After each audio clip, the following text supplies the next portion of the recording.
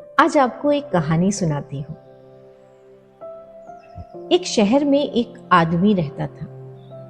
वो बहुत ज़्यादा अमीर होना चाहता था, बहुत सारा धन कमाना चाहता था और उसने वैसा करा भी।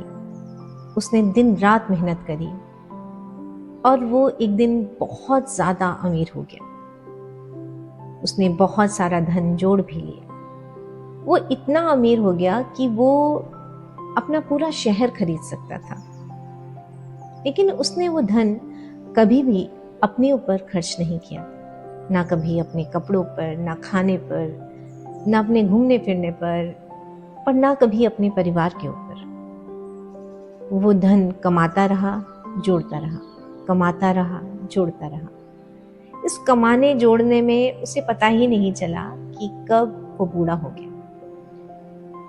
और एक दिन ऐसा भी आ गया जब उसके जीवन का अंतिम दिन था। यमराज आए। यमराज ने कहा कि आप मेरे साथ चलिए। उसने कहा कि यमराज, मैं तो नहीं जा सकता। मैंने तो पूरी जिंदगी यही सोचकर निकाल दी और मैं धन जोड़ता रहा कि एक दिन मैं इस धन से आनंद उठाऊंगा, अपनी जिंदगी जीऊंगा। तो यमराज ने कहा कि वो तो मैं नहीं जानता, लेकिन अभी तो आपको चलना पड़ेगा। उसने कहा कि यमराज, ऐसा करें, आप मेरा 50% धन रख लीजिए और मुझे कम से कम 1 साल तो दे दीजिए, जिससे मैं इस धन का आनंद उठा पाऊँ। जो मेहनत मैंने करी, इतना पैसा, इतना धन जोड़ने में, तो मैं कम से कम उसका आनंद तो उठा पाऊँ। तो यमराज ने कहा कि नहीं, ऐसा नहीं हो सकता, आपको चलना पड़ेगा। उसने फिर एक कोशिश करी। उसने कहा कि यमराज, ऐसा करिए कि आप इस धन का 75% रख लीजिए और मुझे कम से कम 1 महीना दे दीजिए। यमराज ने फिर कहा कि ऐसा नहीं हो सकता, आपको चलना पड़ेगा। कुछ देर बाद उसने फिर कोशिश करी।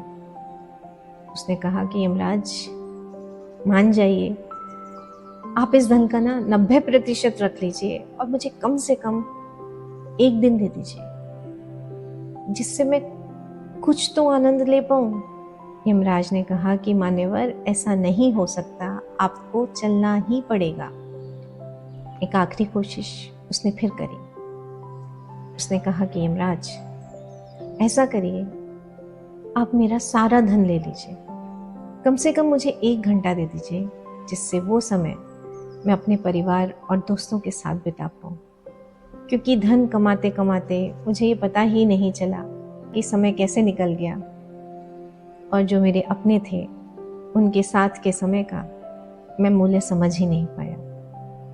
यमराज ने कहा कि मुझे खेद है मान्यवर, लेकिन मैं ऐसा कुछ भी नहीं कर सकता, आपको चलना पड़ेगा और अब बहुत देर हो चुकी है, कृपया करके अब आप चलें। थक हार कर उस आदमी को मृत्यु के आगे हार माननी पड़ी और उसकी मृत्यु हो गई।